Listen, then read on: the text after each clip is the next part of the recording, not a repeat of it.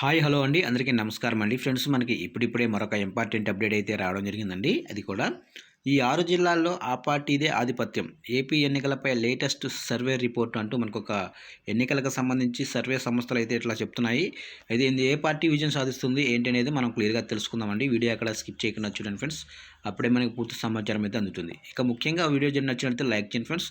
Like చేయడం వల్ల మనకు తెలిసిన ఇన్ఫర్మేషన్ మరి కొంతమందికి అయితే రీచ్ అవుతుంది. ఇక లేట్ చేయకుండా వివరాల్లోకి తెలిపోదాము. ఇక్కడైతే చూడండి ఫ్రెండ్స్.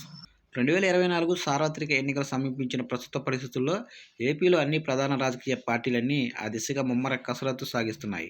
అధికార వైఎస్ఆర్ కాంగ్రెస్ పార్టీ ఇప్పటికే 4 విడతల్లో 68 లోక్సభ, అసెంబ్లీ నియోజకవర్గాలకు అభ్యర్థుల జాబితాను విడుదల చేసింది. 4వ విడతలో లోక్సభ 8 అసెంబ్లీ స్థానాలకు ఇన్ఛార్జీలను నియమించింది వైసీపీ. ఉప ముఖ్యమంత్రి కె నారాయణస్వామిని చిత్తూరు లోక్సభ స్థానానికి ఇన్ఛార్జిగా నియమించింది. ఆయన ప్రాతినిధ్యాన్ని వహిస్తున్న గంగాధర నెల్లూరు నియోజకవర్గానికి రెడ్డెప్పను అపాయింట్మెంట్ చేశారు. ఇకపోతే సింగనమల ఎం వీరాంజనేయులు, తిరువూరు నల్లగుంట స్వామిదాసు, మడకాశీర ఈర లక్కప్ప, కొవ్వూరు తలసారి వెంకట్రావు, కనిగిరి దద్దాల నారాయణ యాదవ్, గోపాలపురం తానేటి వనిత, నందికొండూరు డాక్టర్ సుధీర్ దారా అలాగనే నియమితులయ్యారు. తెలుగుదేశం పార్టీ, జనసేన తమ అభ్యర్థుల జాబితాలను ఇంకా ఖరారు చేయాల్సి ఉంది. సార్వత్రిక ఎన్నికల షెడ్యూల్ వెలువడిన తర్వాతే అభ్యర్థులను ప్రకటించాలని నిర్ణయించింది. షెడ్యూల్ వెలువడటానికి పోలింగ్ తేదీకి మధ్య సుమారు 40 రోజుల వ్యవధి ఉంటుందని, జనసేనతో సీట్ల పంపకాల వ్యవహారాన్ని కూడా అప్పుడే తేల్చేయాలని టీడీపీ భావిస్తుంది.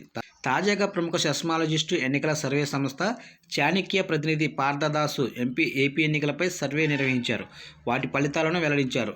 7,500 మంది ఓటర్ల మనోగతంతో కూడుకున్న సర్వే రిపోర్టు ఇది. 6 జిల్లాల్లో ఈ సర్వే కొనసాగింది. ఆయా జిల్లాల్లోనే 51 నియోజకవర్గాల ఓటర్ల అభిప్రాయాన్ని సేకరించింది. శ్రీకాకుళం, తూర్పుగోదావరి, పశ్చిమ గోదావరి, నెల్లూరు, అనంతపురం, కృష్ణా జిల్లాల్లో ఈ సర్వే చేపట్టారు పార్థదాసు.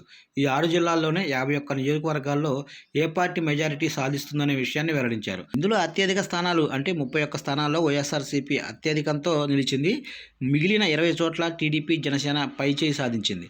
ప్రస్తుతానికి బీజేపీని పరిగణనలోకి తీసుకోలేదు. టీడీపీ, జనసేన అభ్యర్థుల జాబితా వెలువడిన తర్వాత మరోసారి ప్రజల మనోగతాన్ని తెలుసుకుంటామని పార్థదాసు తెలిపారు. తర్వాతి సర్వేలో బీజేపీ గురించి ఓటర్ల అభిప్రాయాన్ని అడిగి తెలుసుకుంటామని పేర్కొన్నారు. చూశారు కంటే మొత్తం మీదుగా ఈ 6 జిల్లాల్లో సర్వే చేశారు. 6 జిల్లాల్లో కూడా 51 నియోజకవర్గాల్లో సర్వే చేశారు. అయితే దాదాపుగా 51 నియోజకవర్గాల్లో కూడా 31 స్థానాలు కూడా వైసీపీకి అని చెప్తున్నారు.